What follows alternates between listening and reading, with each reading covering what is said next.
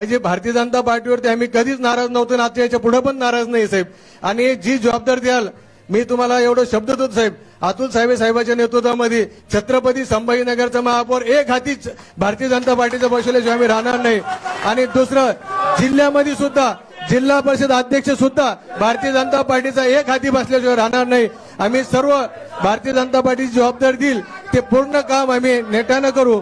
आणि अजूनही साहेब कार्यकर्त्याच्या ताकदीवर आपण ही निवडणूक लढणार आहे. आणि निवडणूक कोणती निवडणूक येऊ द्या साहेब, या निवडणुकीमध्ये भारतीय जनता पार्टी 100% भारतीय जनता पार्टी तर सगळं संभाजीनगर जिल्ह्यात झालेलेच आहे. आपल्या जीवावर जे निवडून येतात साहेब ते आपल्याला जे शिकवतात आज त्यांना शिकवण्याची वेळ आली. फक्त एक वेळेस आम्हाला संधी देऊन बघा. आम्ही छत्रपती संभाजीनगरने जिल्हा आपल्या ताब्यात आणल्याशिवाय राहणार नाही. आपण मला जी संधी दिली, जो आशीर्वाद दिला असं माझ्या पाठीशी असू द्या.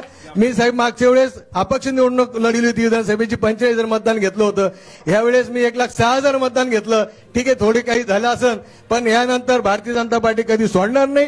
आणि भारतीय जनता पार्टीचे आम्ही साहेब मी गेलो असलो तरी आजही माझ्या गाडीमध्ये घरामध्ये भारतीय जनता पार्टीचे कमळाची स्टिकर गमची आजही गाडीमध्ये माझ्या आजही घरामध्ये. आम्ही देवारातले देव बदलणार नाही साहेब. आमचा देव तेच होता, इडून पुढे सुद्धा देव तेच राहणार आहे. म्हणून आपण आणि मी साहेबांना सुद्धा सांगितलं की जेव्हा तुमचं मन पूर्ण समाधान होईल त्या दिवशी मला जबाबदारी द्या. तोपर्यंत मला जबाबदारी देऊ नका. आणि सर्व काम एका जरी माणूस तुम्हाला सांगितलं राजू शिंदे तुमच्या विरोधात काही केलं असेल साहेब त्या दिवशी मला घराच्या बाहेर हाकलून द्या. एवढंच मी आपल्या सगळ्यांना शब्द देतो. मला माहिती, मला खात्री साहेब 1 वर्ष झालं कुठून जर तुम्हाला अजून जर माहिती मिळेल तर सांगा.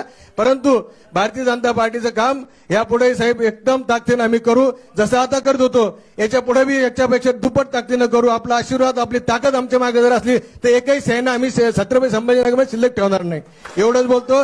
धन्यवाद. जय हिंद, जय महाराष्ट्र. पढ़ते रहिए fight against criminal daily newspaper.